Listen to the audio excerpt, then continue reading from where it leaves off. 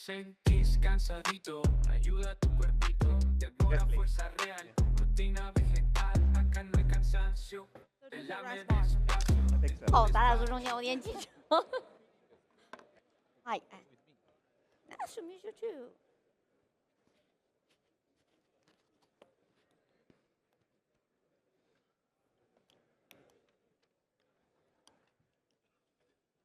Wow, super bright up here.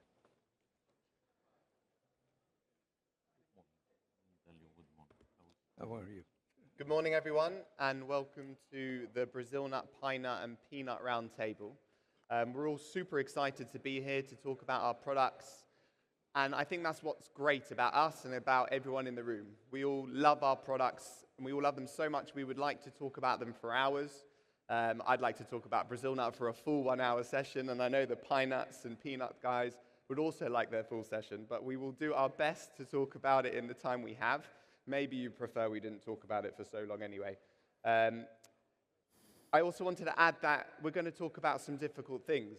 We're going to talk about climate change, most likely for Brazil nuts.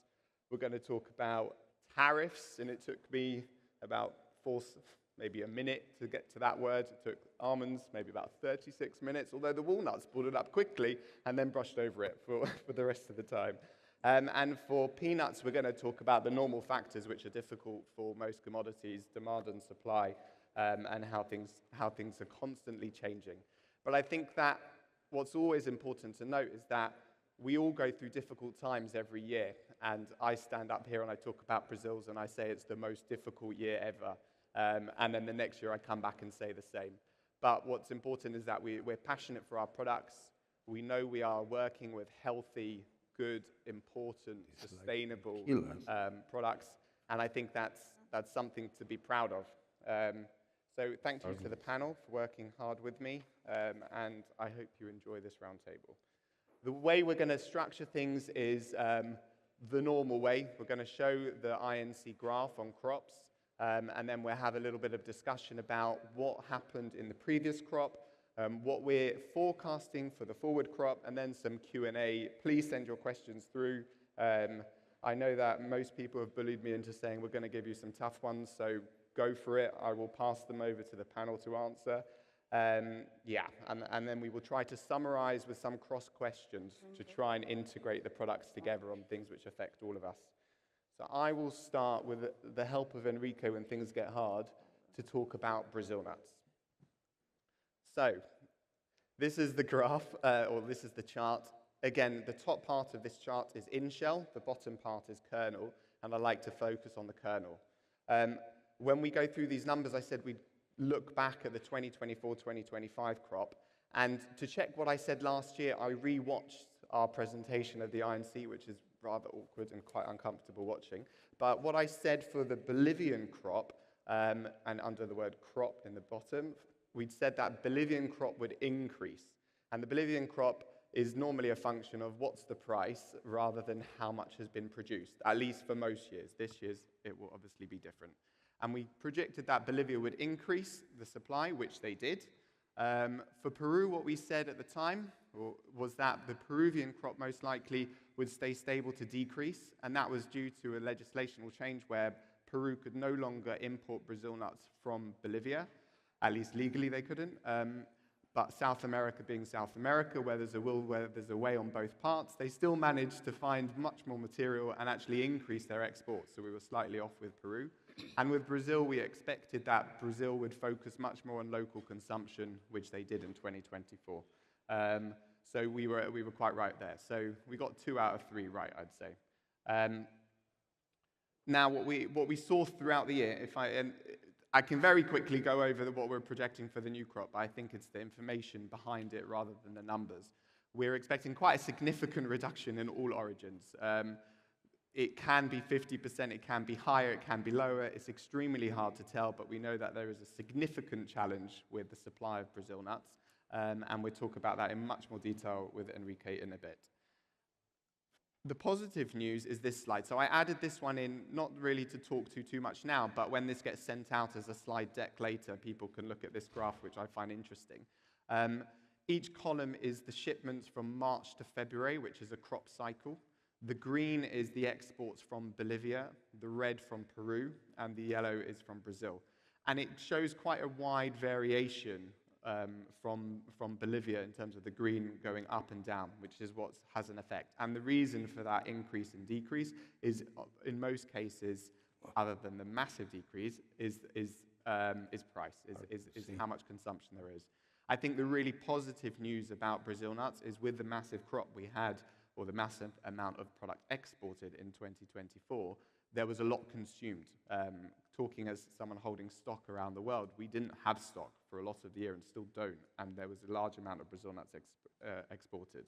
But we have a very different year this year, and I'd like to take a seat and have a drink and talk about it with Enrique.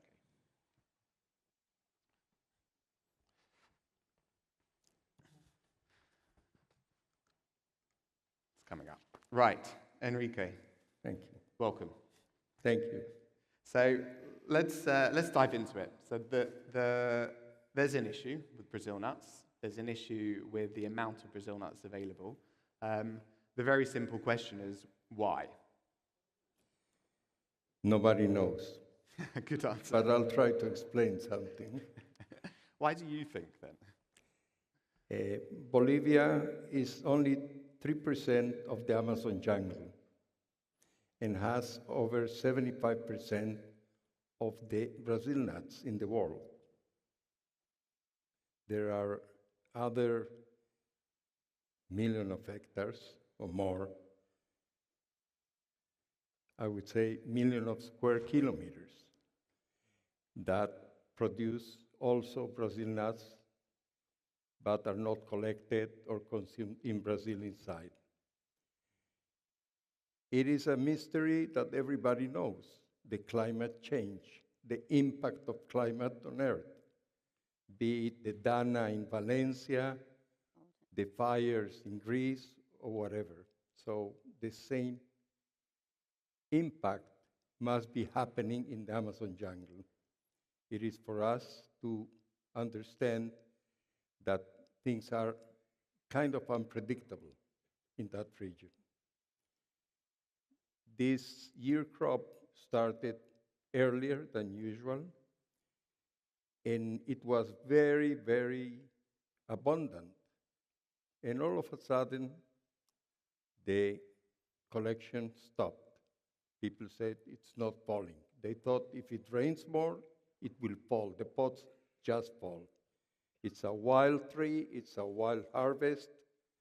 For your knowledge, we have no control. You don't fumigate, you don't plant, you don't, nothing. It's wild, and the industry is wild as well. Sometimes there is, sometimes there is not. Mr. Pino Calcani, that's sitting here, is a well-known person of the industry and also a lover of the industry. Thank you. So the story ends up in a short crop, and every day is shorter. And for some reason, prices of raw materials start to be higher and higher every day. Now, what caused that? That's the most important question. That even with unheard prices of $9, $10 per pound, from the usual $3 to $4, there were no more nuts.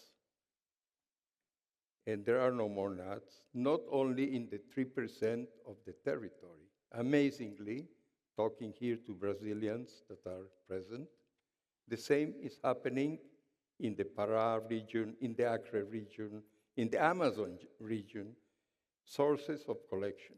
So the impact is all over. Less rain, more heat, fires, smoke. The bees don't come to visit and pollinize the trees. It's all a mystery. Yeah, I think if we go back to 2017, when there was another big dip, it's a bit of a scary thing to look at.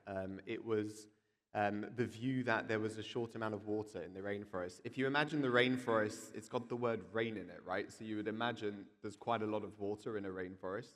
But in reality, one of the challenges for the communities who live in this forest is that during the dry season, there's not a lot of water. I mean, some projects which are working to support communities in the forest are installing wells and water collection centers for the dry season. And what we've experienced for 2 years running was a particularly dry season. And what a study in Brazil by Embrapa said was the impact of those consecutive dry seasons was for a reduction in the crop size. On the plus side, they also added to the end, and a really important point which was drilled home to me when I was out there in March was that next year's crop, because of the stress the trees have been under this year's crop and to not producing so much seed, will produce much more seed the following year. And interestingly, you can see on this graph quite clearly that happened in the past. When there was a poor crop the following year, there was a significant increase in the crop as well.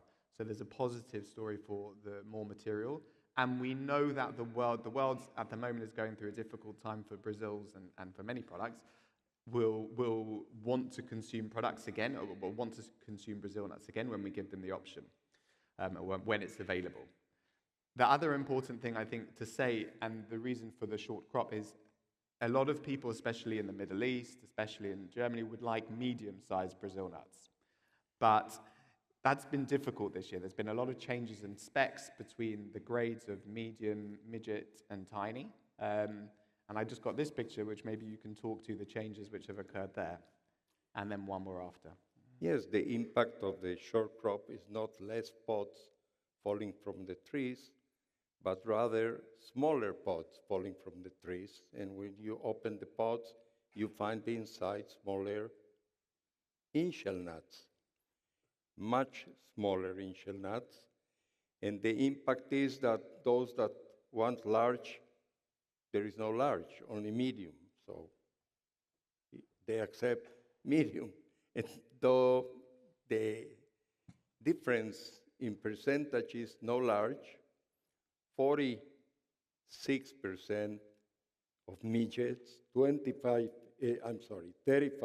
of midgets, 26% of medium, which usually it's 40% and 40%, or 38% and 38%. But above that, very curiously, there are tiny nuts and super tiny nuts to compete with the Chinese peanuts. It is something we never saw. Brazil nuts the size of peanuts. And there are even in-shell, there you have the sizes, that you cannot crack them open. Those that crack by hand are worried about their fingers, and those that crack with machine don't achieve the cracking. So the change is very big, but the encouraging part is that you see all over the place hollow packs, demand. People want more Brazil nuts. I have been attending this Congress many, many years, and I see interest in the product. It's nature, it's wild, and I think the participants will keep on fighting with the support of the people like you. We will do whatever we can. We cannot control anything. We can just work and do, and the impact to keep the Amazon, and I invite this Congress for sustainability, I have always fought for that, is a challenge of everybody. So by consuming Brazil nuts, by buying, by processing, you are giving a big impact if it's one of the big aims of this institution. We thank for that. There are no miracles. We cannot do anything to change. The issue that the crop is small is a very interesting thing that you must understand. Nobody knows the size of the crop. Nobody. The industry is so small that we don't follow the rules that other nuts follow. They can make many, many predictions. We cannot make any prediction. The price is low, that's convenient to buy. We don't have to say that the price is high. And if the price is low at the beginning of a crop, which we hope that from $9, $10 will be $4, plus minus something, I'm not saying what should be the price, it will be normal. The tragedy will be if the collectors got used to these $9, then we will have expensive nuts in an abundant crop, and next year, August, everybody will be bankrupt. So as I said at the beginning of the crop, we always say this year is the hardest year for our products. So when we're here next year, we're going to say the same, that this year is the hardest year for our products. But the price will encourage more collection, and it's the only source of income for thousands of families. Yeah, that's super important. I think we can talk about Brazil nuts for the full hour, which I'd love to. Hopefully, please take note for future conferences. But we can't, so I'll try to move on to other things. Just before I do, I'm going to just click through 2 slides because we spoke about the impact on the future for no consumption of Brazil nuts. And I thought in a previous presentation, I've asked AI to do a picture of the Amazon rainforest. So I thought, let me see if AI has developed and what it would do. So I asked for a drone photo over the Amazon rainforest at sunrise, and I got this beautiful picture. This is the first picture it created, and the first picture. And you can see a beautiful Brazil nut tree in the top left, a nice sunrise. And then I thought, wait a minute, in the presentation I wondered what it would look like in 50 years. So I thought, let me ask. Drone photo of the Amazon rainforest in 50 years, and sadly, it might not be bright enough on your screen. Oh no, it does look quite bright. There's a middle bit of a rainforest surrounded by a desert, which was pretty sad.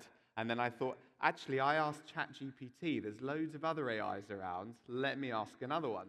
So then I went to Grok, to Twitter, and I said, what does the Amazon rainforest look like in 50? Much better on Grok. So if you're ever worried about the information you get from AI, just ask another one of them, because you'll get your different spin.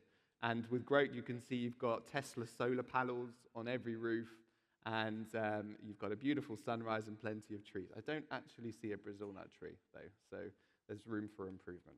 Right, I will now move on to pine nuts, which I know quite a lot about Brazil nuts, but pine nuts and peanuts are not my strongest forte, but so I will work heavily on the assistance of my panel and pass over to Emma and Alberto. First of all, as I said, to go through the crop, and then Alberto has a presentation which he can run through. I can click for you. So I will bring up the slide. I go with the crop. The Spanish crop is really, again, an off crop. We are forecasting the same for the next year. We did suffer a lot about the drought and severe hot weather that we had in Spain during 22-23. The pine tree is keeping the crop for 3-4 years on the tree, and then we can forecast quite well the process of the future crops. But other than that, we have the risk of losing many crops if we are suffering some weather and bad conditions like we had.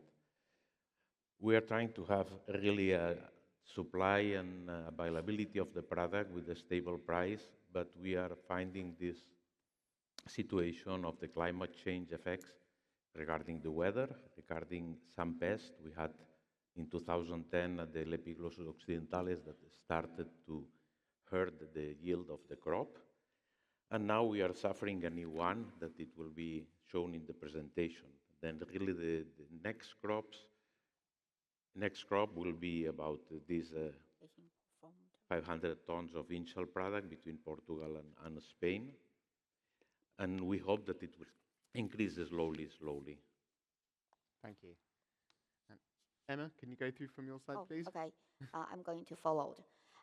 So like we can see from the table, so we can see the fingers. As last year, we have a middle harvest in China and also the Mongolian Russian area. But as the whole global market performing really weak, and also including the Chinese market, is performed really weak. So last year, we still got a large stock of the ending stocks. So beginning of this year, we have seen we will have a really good stocks for the pine nuts. But unfortunately, this year we are going to have a small harvest.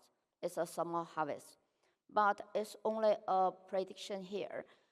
The exact number may be less than here because there are many uncertain elements, like in China, like the main customer product is the fried pine nuts. It's going to use a large quantities. But as the North Korean is now still blocked, so how much the North Korean crops will come into China is still uncertain. And also like in Russia, the Russians have got a small stocks this year, but as there's still a war between the Ukraine and Russia, so how many labor force will go into the forest to collect the new crops is still uncertain. So totally, this year's the supply for pine nuts is not a good advantage for everyone here, but we will see because still we see the economy around the globe is not good. So how many will be consumed this year is still uncertain. So let's conclude. Okay. Yes. Alberto, here, I will start with your Spanish focus on To give pine you nuts. Spanish focus on the situation I just showed there, which is the main export market for the Spanish pine kernel, is Italy, and also which is the volume of imported pine nuts in Spain, mainly from China, some from through Germany, and it gives you the idea of the consumption we have locally of this product. One of the main problems we are facing is the sustainability of this crop. We are making a big effort to get a sustainable crop, working for sustainable forest management, and mainly the industry now is changing the philosophy from conventional pine kernels to bio and Europe bio-Swiss product, because we have seen that with the short crop that we have and the need of the protection of the environment, we need to focus on this market. The pine nut forest is vital for the soil and watershed protection. Pine trees are helping on the climate regulation, the carbon capture, and even though we are losing many of the forest areas in some of the countries. We had the problem in the past of the Lepiglossus that arrived in 2010. And lastly, from 2021, we are facing the new pest, the Turmelia parcovirosis. This is affecting a lot. Some areas of Napoli, Rome, south of France started to be a fact now. And there are different studies, especially from Euphorgen, from the European community, that they want to preserve even the genetic of the pine trees due to this situation. Then they are afraid that this crop, these trees, will even disappear from the Mediterranean area. There is a big effort now to avoid this pest to enter into the Spanish Peninsula. And the good thing is that anyway, the industry is working for new plantations, developing new ways of farming the pine trees, developing new grafting methods. Now we are grafting from grafted trees, which means that the production of the trees are coming economically feasible after 4 or 5 years. In the past, it was more than 21. Wow. And even working to invest in farming plantations of pine trees, which are increasing the yield per hectare from 200 kilos per hectare till 2,000 kilos per hectare, even 4,000. Then this is the chance we have in the industry. There is not really a big investment and big development of these plantations. The grafting trees is really hard to make. There is only a small window during the year that you can graft a tree, and you need expert grafting professionals, mainly from Portugal, but they are working on that. Then really the increase of acres is, or hectares is not so big. In Spain per year we can increase by 40, 50 hectares because the availability of genetical product is really scarce. And in Turkey, in Portugal, they are increasing by 200 hectares per year. Then slowly, slowly, the crop will come to a better situation, but till now, the crop is becoming really poor. This is an image of the Tourmalia pest that we are having, especially. This Tourmalia is like a turtle that keeps on the branch of the tree, and it kills completely the tree. Then many hectares are being cut in Italy. In France, they are starting now, and now we hope that it won't arrive to us in Spain. Yeah. Thank you. The grafting is super interesting. It's interesting that you can increase the yields so significantly, and also the time it takes to produce a crop from 25 years to 4 years is also quite significant. Yeah. It's amazing. Yeah, really. very interesting. One of the reasons very few people are talking about tariffs is because it's a massive unknown, or not talking so much about tariffs is because it's an unknown. I mean, yesterday we didn't know that there would be a new pope, which we thought it would take a long time, and it didn't. And actually, he's also got my son's name, which is also quite nice for me. And we also didn't know that Tottenham were going to be in a final, which is super exciting for me, not for many other people. But it's still important to address them, and to talk about what we think, especially tariffs, and especially from China into the US. Considering we do know the impact of tariffs from a previous administration as well. So I'll start with asking an annoying question, probably. What's the impact likely to be on any tariffs or existing tariffs, Okay, so specifically into the US? Okay, so for the total consumption, the whole world for the pine nuts kernels is around 8,000 to 10,000 per year. So the North American market will be divided half of the whole market. But right now, people starting to thinking about exporting through Mongolia directly or transfer from the Vietnam or the third-party countries in the South Asia. But now it seems it's really hardly because in Mongolia, the producing skills still need to improve. And also from the Vietnam or like Thailand, the original docu still shows is from the China because all the pine nuts, the central of pine nuts still in China. So now it seems really hard. So based on like suppliers like us, so totally what we can do is just wait towards our market into like Canada. It's our main market, but it's only a small part. But still, we will move our towards to the Europe countries, the European markets. And also, we will just immerse deep into our domestic Chinese market. Because nowadays, in domestic market, people like the fried pine nuts, like doing their daily snacks, like macadamia, like pecans. It has a potential market in China for the pine nuts market.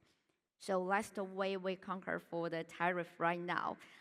As a single party, we have no ways to conquer the policy or the government. But what we do is just we adapt the circumstance and doing our best. Yeah, so I think your 2 points mainly was one attempt to circumnavigate almost the tariffs through countries which don't have the same level, and the other is look for new demand or increase existing demand into the Mediterranean or into other countries. Yes. And then the last, which I found also super interesting, because it's a sort of follow-on question, are there any new trends developing? Because pine nuts traditionally is a pesto, or it's not really a snack, is it? It's something which is added, or at least in most countries. But in China, it's long been a snack on its own, but then you were mentioning this oil roasting. Maybe just explain a little bit better of how that is and how that's consumed and how it's produced. And consumed in China.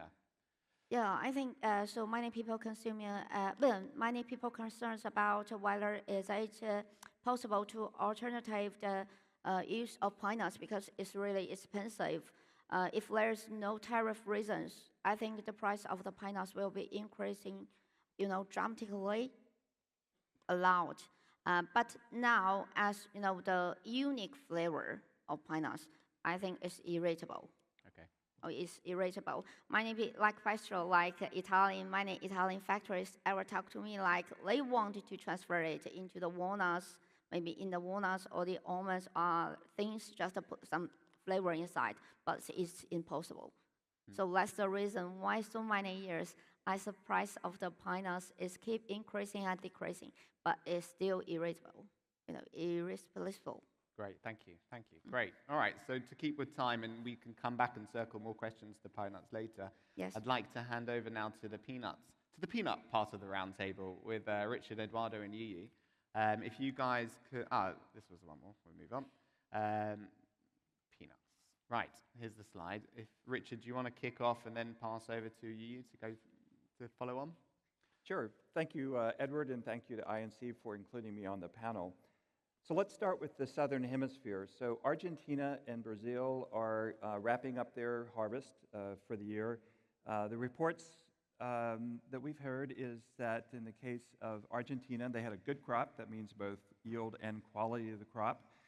In the case of Brazil, I'm hearing that it really is kind of three components. The first part of the crop was very good, again, both in terms of yield and quality. The second third, somewhat less so, maybe what you would call an average crop. And then in the case of the remainder of the crop, not so good. So we'll be watching to see how that might impact the international markets. If we move to the Northern Hemisphere, you can see in the forecast here that India is forecasted about 7 million metric tons. The reports are that it may be higher than that, maybe even closer to 1 million metric tons or 10 million metric tons. And we'll have to wait and see what the more official forecasts are going into that, the marketplace. I'll speak a little bit to the United States. So the U.S. Department of Agriculture put out their initial forecast end of last month, and the forecast is for peanut acreage to be up about 8%, and for the largest peanut producing state, which is Georgia, to be up about 12%. And the main reason for the acreage to be up is that the prices of cotton is pretty low. Cotton and peanut are the traditional rotation crops. You'll plant peanut one year, cotton or corn the next year, maybe cotton or corn the third year, and then rotate back to peanuts. So it's very dependent upon what the prices are for the other crops. And it'll be interesting to see when the U.S. Department of Agriculture has their prospective plannings report coming out at the end of the month, what those more accurate forecasts are. Because in the case of the U.S., we're probably halfway through the planting, I would say in the Alabama, Florida, Georgia area, which represents probably 70% of the peanut production. They're nearing the end of their plantings. Texas, which has had unusually this year good rainfall, has a ways to go, as does Virginia and North Carolina, which produces the Virginia type of peanuts. So the overall message, I would say, that we're hearing for the prospective plantings for the Northern Hemisphere is that they're to be up in most places. And I'll just say with the Southern Hemisphere crops, what you see on the screen is really an average of over the years, because we're quite a few months away from Argentina and Brazil and South Africa for the plantings for the 25-26 crop year. So I think at this point I'd like for Yi to talk about the China crop, and would welcome Eduardo to speak from an overall standpoint, what he's seeing from procurement standpoint. Okay, thank you, Richard, and also want to thank INC for having me this time to give a brief introduction about China's peanut market. Actually, China is major players in global peanut market. China's consumption of peanuts, China's production of peanuts, and our trade volume of peanuts actually all ranked first globally. So there are actually two major usage of peanut in Chinese market. The first one is for crushing. We crush the peanut into peanut oil. Peanut oil is also one of the most popular and popular used vegetable oil in China household, and that's accounted for about 50% of the total use. And then we have the second use is for edible use. We boil the peanuts, we roast it, and we make it into peanut butter. And that usage counted for nearly 45% of the total usage. So other remaining 5% goes to seedlings or other purposes. So start with the production. You can see from the table that actually the producing area in China is continued to grow in the last 5 years. To this year, actually, China's producing area is among 5 million hectares global-wide. We have 5 major provinces producing peanuts. And production last year, according to official statistics, is about 18.9 million tons. And it's also a slightly drop than last year, but it's also better than 5-year average. And besides our own production, we do import peanuts as well, mainly for crushing use. We import peanuts in shell and also import peanut oil directly. So for the peanuts, we mainly, last year, we imported 780,000 tons of peanuts from Sudan, from Senegal, and from the US. And the Sudan and the US amount of exportation to China actually take part nearly 55% of our total importation volume. And then we also do import peanuts oil directly, mainly from Brazil, from India, and also from Argentina. In 2024, we import over 207,000 tons of peanut oil directly from those 3 countries.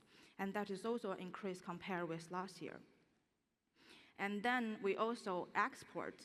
So we export to 3 major destination areas. We export to Southeast Asia, we export to EU countries, and then we also export to Middle East countries. So, but the major destination of China's exportation of peanuts is mainly Japan, which accounted 31% of our volume, and then Indonesia, and then Philippines, which show a very emergent trend of their demand. So that is basically a general picture about the China peanut industry. We import, we produce, and then we export.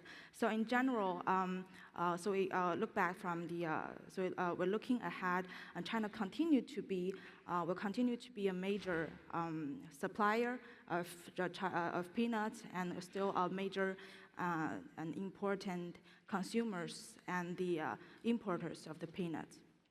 Thank you, Richard. I think, yeah, it's a good time to hand over to Eduardo to talk a bit about, because I think peanuts... Thank you, Edward. Yeah, we have definitely a very unique perspective in the whole thing, not only as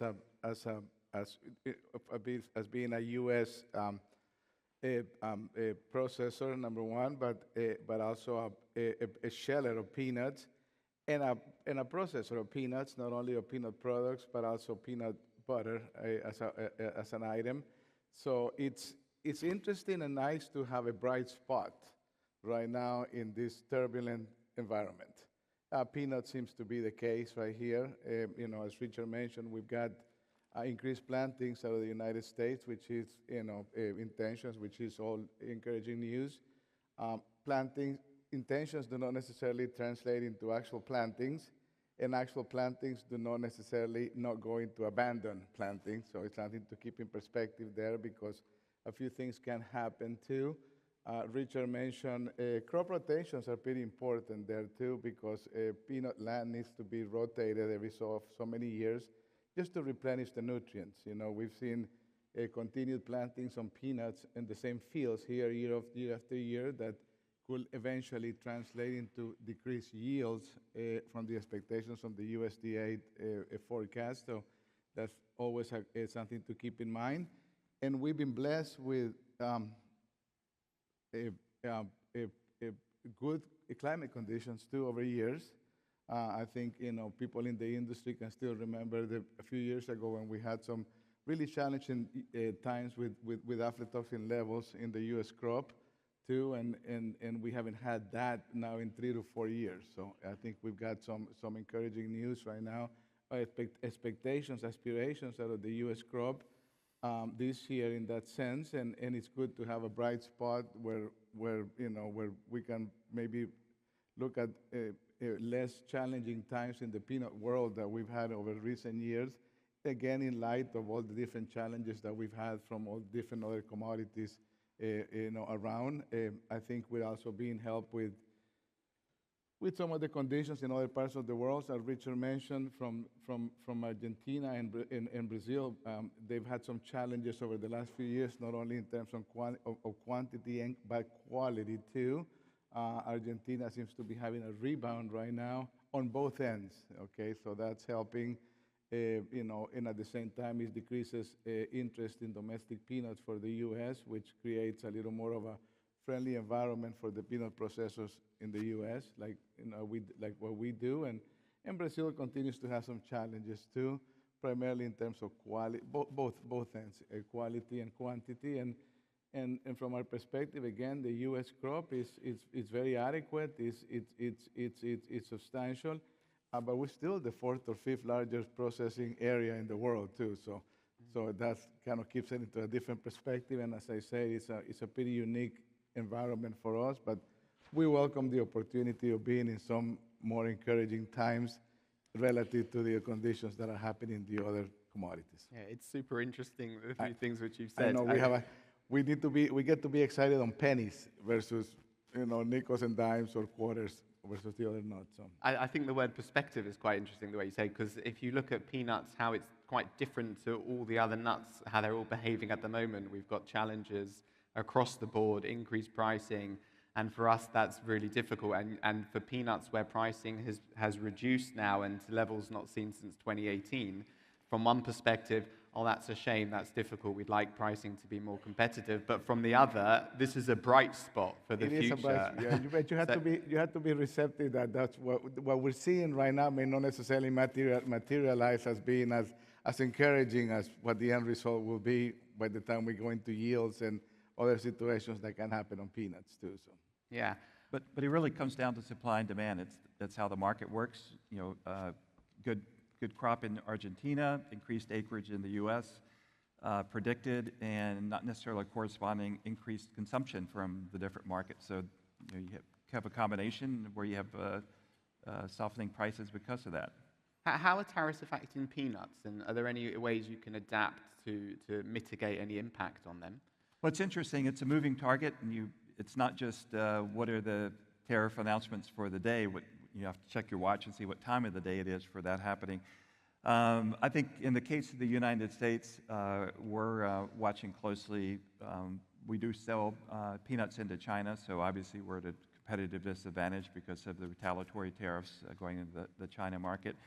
The EU is also an important market for U.S. peanuts, and we know that the European Union is going to likely put out a list of retaliatory tariffs, and you can expect a lot of agricultural products, including peanuts, to be on that list.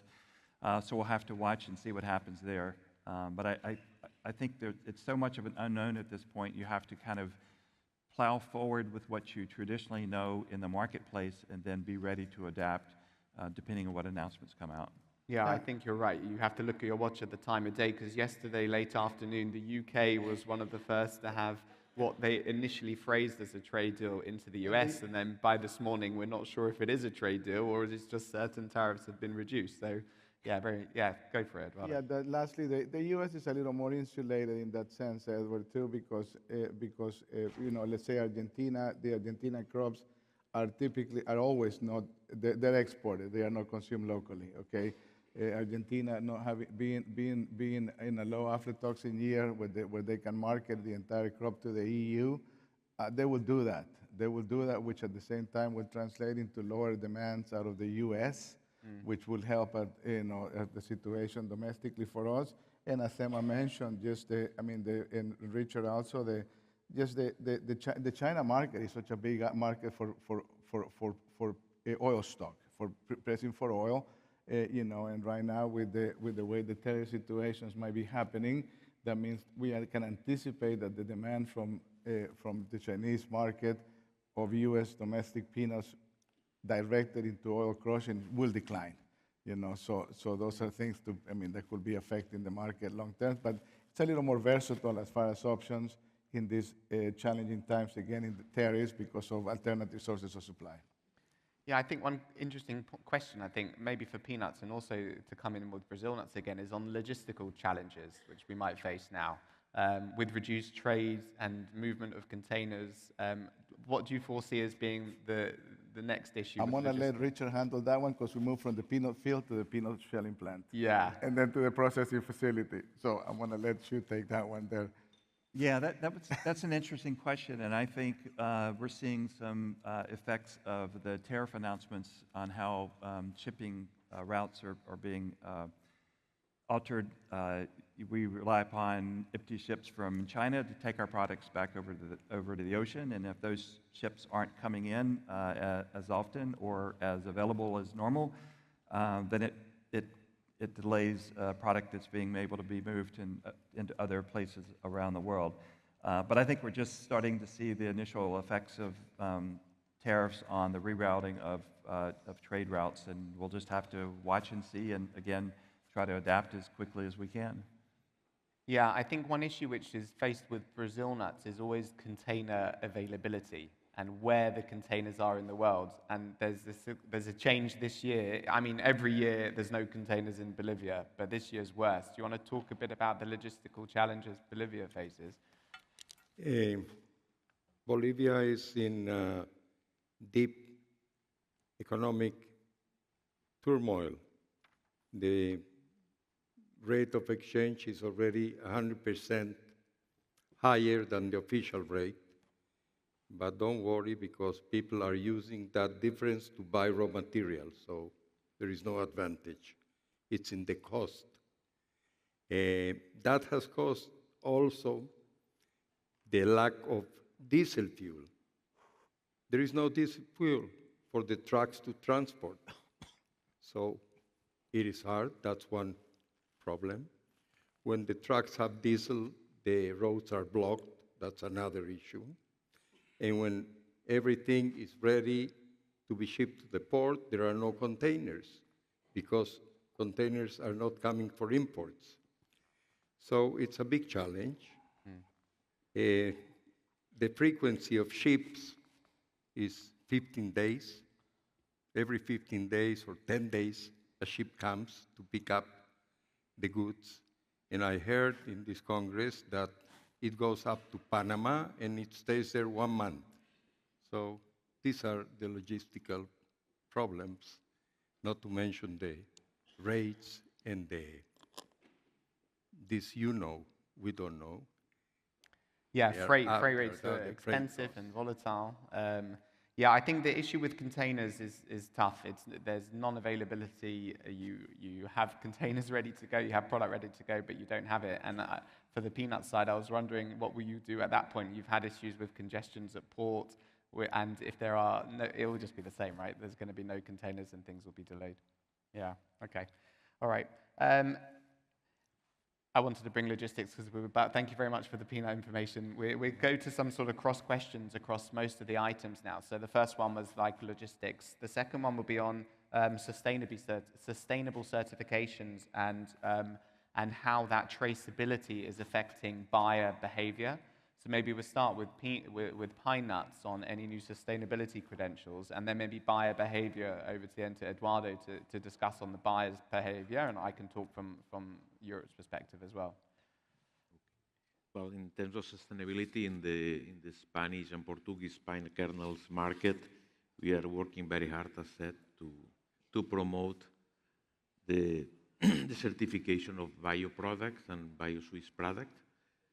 But really, the companies are not able to apply for any sustainability certificate at this moment due to the situation of the crop. And by itself, it's a really sustainable crop. All the leftovers of the production are used historically in the area for heating the houses. Then there is this kind of fueling the houses of the area. Then also the other sustainability developments that they are having is just the creating of energy plants of clean energy in the areas. Then at the moment, that's all that we are doing. The sustainability at the end for us is more to preserve the plantations, to keep the life in the forestal areas, to avoid the emptiness of the what we name the empty Spain. And there are about 100,000 people working in these crops. Also now investing in these new plantations and investing in new ways to collect the pine cones to avoid the possible accidents of the harvesting people that they have to climb to the trees to pick the cones. Now many places are starting to use shakers. It will help in terms of competitivity on prices. And then working to make it feasible for the future. That's the main goal. Eduardo, is sustainability a factor affecting buyers' behavior in the US? No, that's a good question, Edward. Yeah, sustainability obviously is in everybody's mind. I mean, there's a lot of people that are expecting that. The question is, there is a cost associated to that, so you need to find the value relationship, the cost-value relationship to that. Realistically, pine nuts and Brazil nuts are minor commodities or items used in the domestic market, but they do play an important part, in the whole spectrum, especially as it relates to the growing areas. As Enrique mentioned, I mean, the rainforest gets a lot of attraction and it gets a lot of media exposure on that. So yes, there is a value, there is a recognition of the importance of the sustainability factor there. The real question becomes, what is the value to the consumer, and how much will a processor like ourselves be able to present that information? The data is there. We can rely not only on our supplier partners that have very important information, but on certifying agencies around the world, but it all comes at a cost. Yeah. I think there's another interesting change of new emerging markets for some of our products. I think that most years there's someone from India on most panels talking about India being a large potential consumer of a lot of products. Brazil nuts has always had a challenge because of tariffs into India. So that for us, it's difficult to develop there. But for Brazil nuts, in terms of an emerging market, we've got China, who in the last year increased significantly their consumption of Brazil nuts, and there were new products being developed. I think that the change we had because of the pricing this year put a big pause on a lot of those product developments. But certainly, once the pricing has improved in next season, I think that it will be a huge opportunity for growth for Brazil's, and where we've had issues where customers might have stopped consuming them because of their price this year, they will likely come back, and so will the Chinese hopefully continue to support the growth of Brazil nuts. I do have a couple of questions here, so I'm going to kick off with one, which is an interesting one on selenium, which I will ask as it's written. So we're an importer from Turkey. The import of Brazil nuts is banned in Turkey for a couple of years now, claiming that it has dangerous amounts of selenium. Dangerous amounts. Is that true? If not, why do you think that this product was banned in Turkey? The amount of selenium that a person consumes depends on how many nuts he eats. If he eats 1, 2, 3 nuts a day, it's proven to be very healthy. It's proven to be good. And that is one of the main reasons today you go and see solo packs of Brazil nuts all over the place. This is a miracle, I would say. The other miracle is China, that is already receiving Brazil nuts. And I am afraid that there won't be enough Brazil nuts. Don't be afraid. It's fine. And no, I am. And that will cause the price again to go up and make all the troubles here. And then we will support the Amazon rainforest. People will be well employed. We won't get the image from ChatGPT. So we're okay with people. No. I think the sustainability starts there. It's very easy for the INC and for the participants here to understand that when we can buy Brazil nuts, we are giving the money 2/3 of the price of sale to the collectors. In a normal, this year it's significantly higher. Yeah, but normally it used to be 20%. Now it's 2/3 of the price. And that is helping the dwellers of the Amazon jungle to keep it. As simple as that. When people have what to eat, they don't have to cut the trees and then plant whatever and stay poor. So this is a very interesting cycle, which is proven because next door, which has millions of square kilometers, in the Acre, half of the forest has disappeared in the past 20 years, half. If you see the Google satellite, you will verify that. It's interesting. You're a proper politician. I asked you a question on selenium, and you talk about deforestation in Brazil. No, I answered the selenium question very quickly. Very quickly. Yeah, Edward, Yeah. the selenium And I question took is the time to talk about the Brazil. Yes. the Go on, selenium Edward. question is pretty important for our Turkish partner, because selenium is actually a good nutrient for your body, and selenium is very well received. But we run into the same issue that people want selenium, but consuming too many Brazil nuts, as Enrique mentioned, some people complain that it gets into a toxic levels of seleniums, and we get that question asked over and over quite often too. What is the happy medium, on the acceptance of selenium? So it's an important consideration. Interesting to see that the Turkish market has banned it because of Well, so I know quite a lot on this topic because we've obviously You do this, you run we into the sell same into thing, Turkey, and we've obviously stopped from being able to be no. imported. And You're I in think the trenches, yeah. yeah, we got a study done. We employed a university to do a study on the selenium content of Brazil nuts. We proved that it's suitable for Europe. So really the question is from this Turkish importer. We don't know. We've proven that it's okay, it's safe to eat. I think what's selenium and the Brazil nuts, that's part of its superpower. When there was a craze in South Korea for the consumption of Brazils, actually in the year after or during the crop failure, there was a huge demand.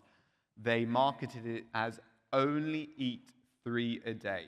And if you tell someone to only consume a certain number, it means it's very powerful. And so people would want to eat more because that was just the natural instinct when something. So I think that highlighting the selenium, highlighting don't consume too much, when in reality you would have to consume a ton, you would have to consume a container to have any effect. There has been press in the past that Brazil nuts are radioactive because of where they grow in the Amazon and the trees have deep roots. So all of these things just, I think, make Brazil nut a super product, a very powerful product. So I think we're happy. I think they added some more time on the end, but I think we've wrapped up now. So I'd like to thank the panel. Thank you very much for all of your time. And yeah, if you have any questions on any of our items, please find us. We'd be happy to discuss them for hours and hours.